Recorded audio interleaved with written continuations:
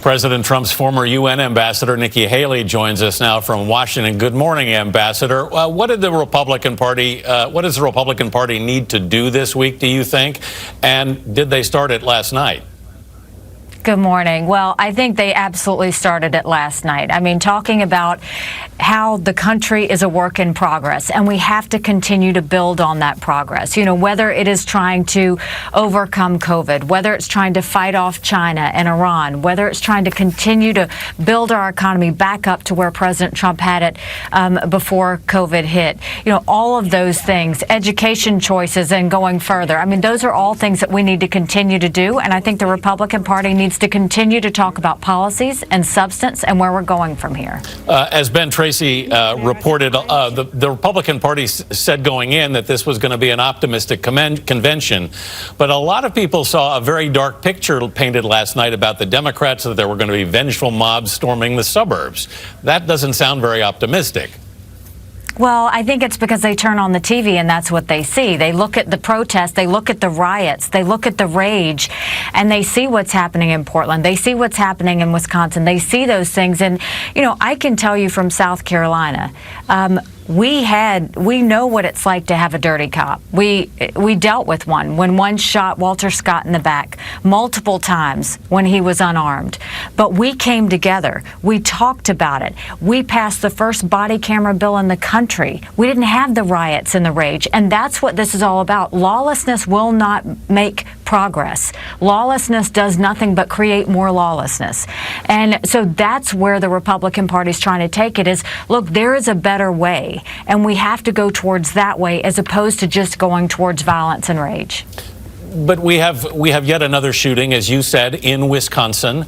You're seeing overnight reactions to that. If you're a black person in this country, shouldn't you be asking, why does this keep happening?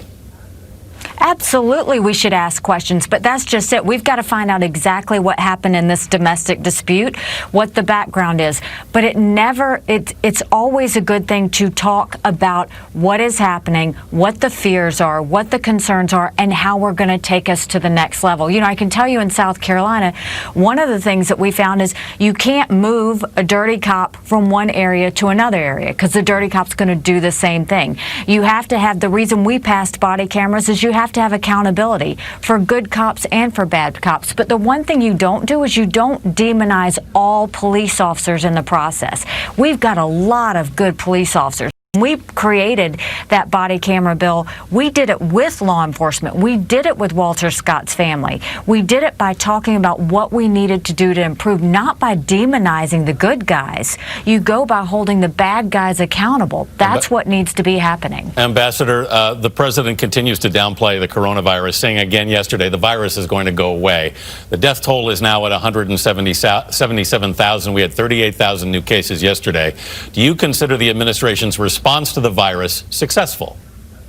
Well, listen, there's not an American in this country that shouldn't be furious at China for covering up, lying, and allowing this to get to this point. Having said that, these are unprecedented times. There is no president that could have predicted this was going to happen.